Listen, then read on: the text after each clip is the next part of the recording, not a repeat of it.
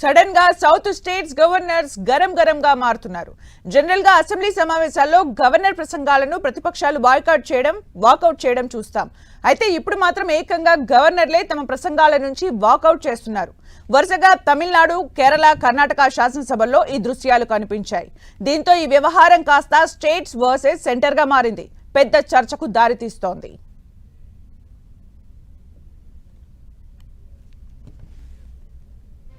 South states governor తీరుపై చర్చ. వరుసగా బడ్జెట్ ప్రసంగాల నుంచి వాకౌట్. సాధారణ విషయంగానే చూడాలా, సెంటర్ వర్సెస్ స్టేట్స్ గానా? నచ్చని విషయాలను ప్రసంగాల్లో పెడితే తిరస్కరించడం కుదురుతుందా?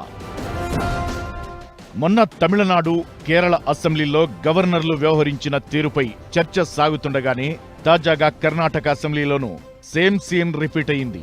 ఇప్పటిదాకా గవర్నర్ ప్రసంగం అంటేనే అదో మొక్కుబడి కార్యక్రమంగా ప్రభుత్వం ఏది ప్రిపేర్ చేసి ఇస్తే దాన్ని చదువుతారనే దృశ్యాలను చూస్తుంటాం. అధికారంలో ఉన్న పార్టీ ఏదైనా సరే ఇలానే వ్యవహారం సాగుతుంటుంది. అయితే కేంద్ర ప్రభుత్వంలో ఉన్న పార్టీ నియమించిన వ్యక్తులు గవర్నర్లుగా ఉంటే మాత్రం కాస్త డిఫరెంట్ సీన్లు గమనిస్తుంటాం. అయితే అది కూడా తక్కువ సందర్భాల్లో మాత్రమే.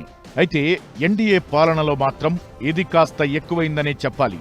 తాజాగా కర్ణాటక గవర్నర్ థావర్చంద్ గెహ్లాట్ కాంగ్రెస్ ప్రభుత్వం తనకిచ్చిన ప్రసంగంలోని కొన్ని భాగాల్ని చదివేందుకు నిరాకరించారు.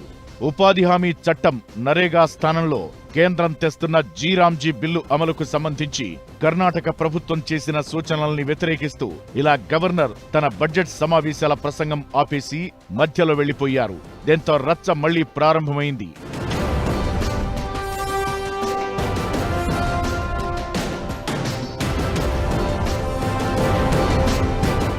కర్ణాటక అసెంబ్లీ బడ్జెట్ సమావేశాల ప్రారంభంలో గవర్నర్ థావర్చంద్ గెహ్లాట్ ప్రభుత్వ విధానాల ప్రాధాన్యతలను పొందుపరిచిన ప్రసంగం చదవాలి. అయితే రాష్ట్ర ప్రభుత్వం మహాత్మాగాంధీ జాతీయ ఉపాధి హామీ పథకం స్థానంలో తెచ్చిన కొత్త చట్టాన్ని ప్రస్తావిస్తూ కొన్ని లైన్లు ఉన్నాయి. వాటిపై గెహ్లాట్ అభ్యంతరం వ్యక్తం చేశారు. ఆ ప్రసంగం ప్రభుత్వ ప్రచారమని వాదించారు. చివరికి చదవకుండానే మధ్యలోనే వెళ్లిపోయారు. ఇక్కడే అసలు చర్చ ప్రారంభమైంది. ఇలా గవర్నర్లే బడ్జెట్ ప్రసంగాన్ని బాయ్కాట్ చేయవచ్చా? జనరల్ గా గవర్నర్ ప్రసంగాలను ప్రతిపక్షాలు బాయ్కాట్ చేస్తుంటాయి. కానీ ఇక్కడ సీన్ రివర్స్ అయ్యాయి. దీనికి ముందే తమిళనాడు అసెంబ్లీలోనూ ఇలాంటి సీన్ చోటు చేసుకుంది.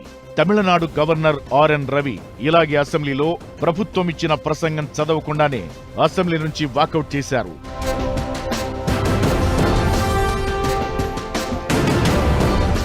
మరోవైపు కేరళలోనూ తాజాగా గవర్నర్ రాజేంద్ర విశ్వనాథ్ అర్లేకర్ తన ప్రసంగంలోని కొన్ని భాగాలను తొలగించారని, తాను సూచించిన మార్పులు బడ్జెట్ ప్రసంగంలో లేవని ఆరోపిస్తూ వాటిని చదివేందుకు నిరాకరించారు. తద్వారా 3 దక్షిణాది రాష్ట్రాల్లో ప్రభుత్వ సూచనల్ని గవర్నర్లు పట్టించుకునేందుకు నిరాకరించినట్లయింది. ఇంకా గుర్తుంటే తెలంగాణలో బీఆర్ఎస్ ప్రభుత్వం ఉన్నప్పుడు కొన్నిసార్లు అసలు గవర్నర్ ప్రసంగమే లేకుండా బడ్జెట్ సమావేశాలను నిర్వహించిన చరిత్ర ఉంది. ఆ సందర్భంలోనే అప్పటి ముఖ్యమంత్రి కేసీఆర్ అసలు గవర్నర్ల వ్యవస్థ అవసరమా అనే చర్చ కూడా చేశారు. ఆ తరువాత రాజ్ భవన్ కి, ముఖ్యమంత్రి కార్యాలయానికి సయోధ్య కుదరడంతో అది సమసిపోయింది.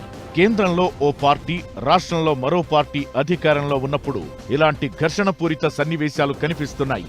కానీ తాజాగా మరోసారి, అందులోనూ దక్షిణాది రాష్ట్రాల్లోనే ఇలా గవర్నర్లు ప్రసంగాలను బాయ్కాట్ చేయడం, నిరసన తెలపడం కలకలం రేపుతోంది.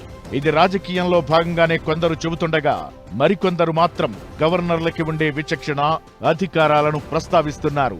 ఈ సందర్భంలోనే నిజంగా గవర్నర్లకు ఇంతగా విచక్షణ ఆధారంగా పనిచేసే ఆసక్తి ఉంటే రాష్ట్రాల్లో చాలా సమస్యలపై కూడా స్పందించవచ్చు.